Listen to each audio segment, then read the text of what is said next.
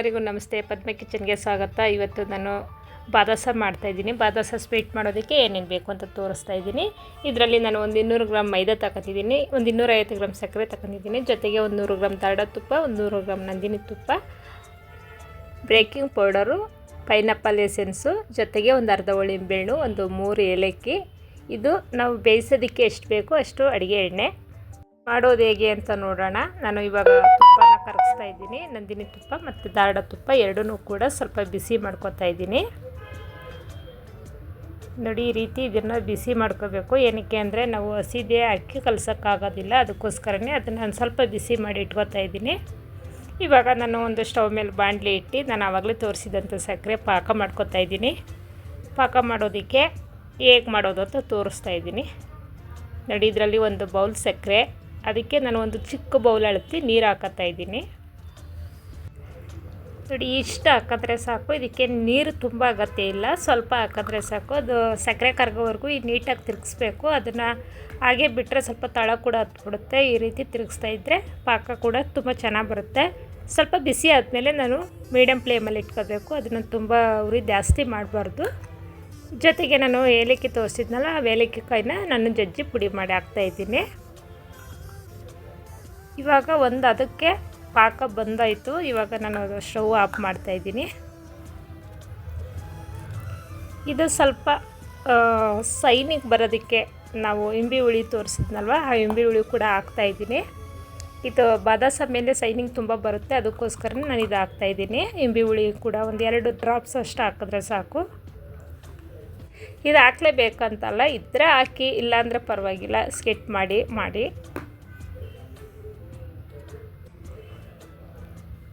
ಇದು ಜೊತೆಗೇ ಸ್ವಲ್ಪ ಈ ರೀತಿ ಎಲ್ಲ ಮಿಕ್ಸ್ ಮಾಡ್ತಾಯಿದ್ದೀನಿ. ಸ್ವಲ್ಪ ಪೈನಾಪಲ್ ಎಸೆನ್ಸನ್ನು ಕೂಡ ಇದ್ರ ಜೊತೆಗೆ ಹಾಕ್ತಾಯಿದ್ರೆ ಸ್ವಲ್ಪ ಅದು ಪರಿಮಳ ತುಂಬ ಚೆನ್ನಾಗಿರುತ್ತೆ. ಅದಕ್ಕೋಸ್ಕರ ನಾನು ಪೈನಾಪಲ್ ಎಸೆನ್ಸನ್ನು ಕೂಡ ನಾನು ಒಂದು 2 ಡ್ರಾಪ್ಸ್ ಹಾಕ್ತಾಯಿದ್ದೀನಿ. ನೋಡಿ, ಇಷ್ಟು ಒಂದು ಅದ ಬಂದೈತೆ, ಅದು ರೆಡಿ ಆಯಿತು. ಇವಾಗ ಒಂದು ಬೌಲು ಮೈದಾ ಹಾಕ್ತಾಯಿದ್ದೀನಿ, ಜೊತೆಗೆ 1 ಸ್ಪೂನು ಹಾಲು ಪೌಡ್ರು ಕೂಡ ಹಾಕ್ತಾಯಿದ್ದೀನಿ. ನಾನು ಆವಾಗಲೇ ತೋರಿಸ್ಲಿಲ್ಲ, ಇವಾಗ ಹೇಳ್ತಾಯಿದ್ದೀನಿ. ಇದು ಬೇಕಿಂಗ್ ಪೌಡ್ರು ಕೂಡ ಒಂದು 1/4 ಭಾಗ ಅಷ್ಟು ಹಾಕಂದ್ರೆ ಸಾಕು. ಸ್ಪೂನಲ್ಲಿ ಒಂದು 1/4 ಸ್ಪೂನ್ ಅಷ್ಟು ಹಾಕ್ತಾಯಿದ್ದೀನಿ.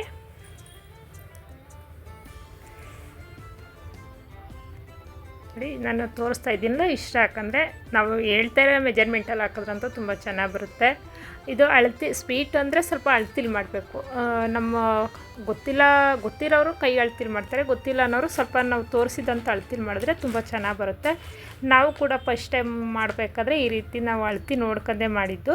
ಇದೆಲ್ಲ ಮಿಕ್ಸ್ ಮಾಡ್ತಾಯಿದ್ದೀನಿ. ಮಿಕ್ಸ್ ಮಾಡಾದ್ಮೇಲೆ ನಾನು ಆವಾಗಲೇ ಕಾಯಿಸಿ ಆರಿಸೋಕ್ಕಿಟ್ಟಿದ್ದಂಥ ತುಪ್ಪನೂ ಕೂಡ ಒಳಗಡೆ ಹಾಕ್ತಾಯಿದ್ದೀನಿ. ಹಾಕಿ ಮಿಕ್ಸ್ ಮಾಡ್ತಾಯಿದ್ದೀನಿ. ಇದಕ್ಕೆ ಸ್ವಲ್ಪ ಒಂದು 1/4 ಸ್ಪೂನ್ ಇವಾಗ ತುಪ್ಪ ತೋರಿಸಿದ್ನಲ್ಲ, ಅದೇ ಬೌಲಲ್ಲಿ ಒಂದು ಅರ್ಧ ಬೌಲಷ್ಟು ನೀರು ಕೂಡ ಹಾಕೋಬೋದು.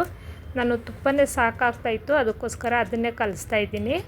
ಇದ್ರ ಜೊತೆಗೆ ಸ್ವಲ್ಪ ನೀರು ಕೂಡ ಹಾಕಬೇಕು. ನಾನು ಇದೇ ಕರೆಕ್ಟಾಗಿ ಆಗ್ತಲ್ಲ ಅಂದ್ಬಿಟ್ಟು ಇದನ್ನೇ ಕಲಿಸ್ತಾ ಇದ್ದೀನಿ. ಇದು ಸ್ವಲ್ಪ ತೇಳ ಆಗಿತ್ತು, ಅದಕ್ಕೆ ನಾನು ಸ್ವಲ್ಪ ನೀರು ಮತ್ತು ಸ್ವಲ್ಪ ಮೈದಾ ಎರಡನ್ನೂ ಕೂಡ ಹಾಕಿ ನಾನು ಮಿಕ್ಸ್ ಮಾಡ್ತಾಯಿದ್ದೀನಿ.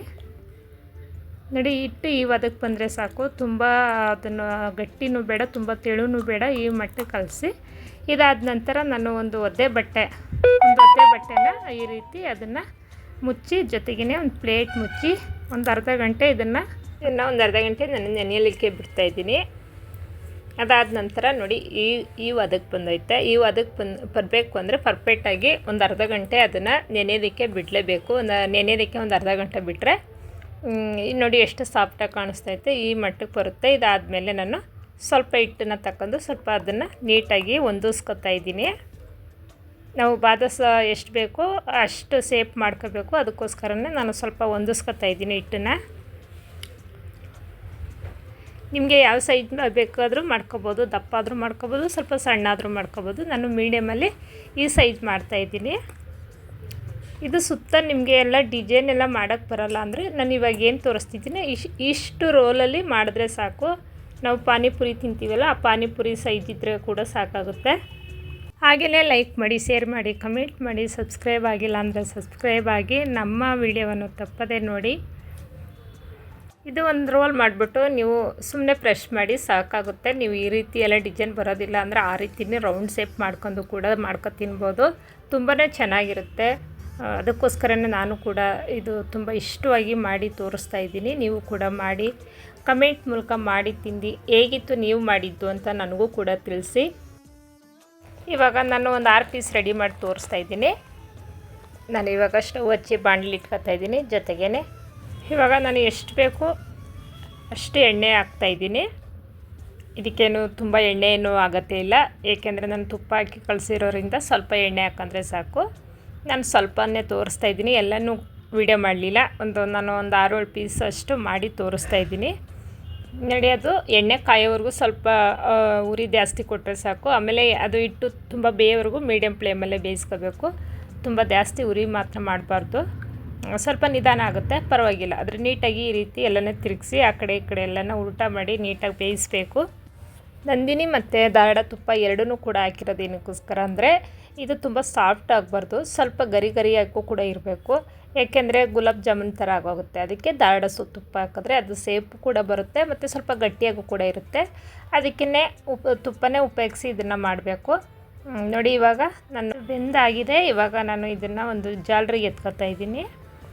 ಇದನ್ನು ಎತ್ಕೊಂಡು ಇದಾದ ನಂತರ ಇವಾಗ ನಾನು ಸಕ್ಕರೆ ಪಾಕ ರೆಡಿ ಮಾಡಿ ಇಟ್ಕೊಂಡಿದ್ದೀನಲ್ಲ, ಅದಕ್ಕೆ ಹಾಕ್ತಾಯಿದ್ದೀನಿ. ಇದಂತೂ ತುಂಬ ಸುಲಭವಾಗಿ ಮಾಡ್ಕೋಬೋದು. ಇದೇನು ಹೊರಗಡೆನೇ ಸಿಗುತ್ತೆ, ಮನೇಲಿ ಮಾಡೋಕ್ಕಾಗಲ್ಲ ಅಂತ ಖಂಡಿತ ಅನ್ಕೋಬೇಡಿ, ಮನೇಲೂ ಕೂಡ ಮಾಡ್ಬೋದು. ಸ್ವಲ್ಪ ಟೈಮ್ ಇದ್ದಾಗಂತೂ ಮಾಡ್ಕೊಳ್ಳಿ, ತುಂಬ ಚೆನ್ನಾಗಿ ಬರುತ್ತೆ. ನೋಡಿ, ಇವಾಗ ನಾನು ಪಾಕ ಎಲ್ಲ ರೆಡಿ ಮಾಡಿ ಆವಾಗಲೇ ಇಟ್ಕೊಂಡಿದ್ದೆ.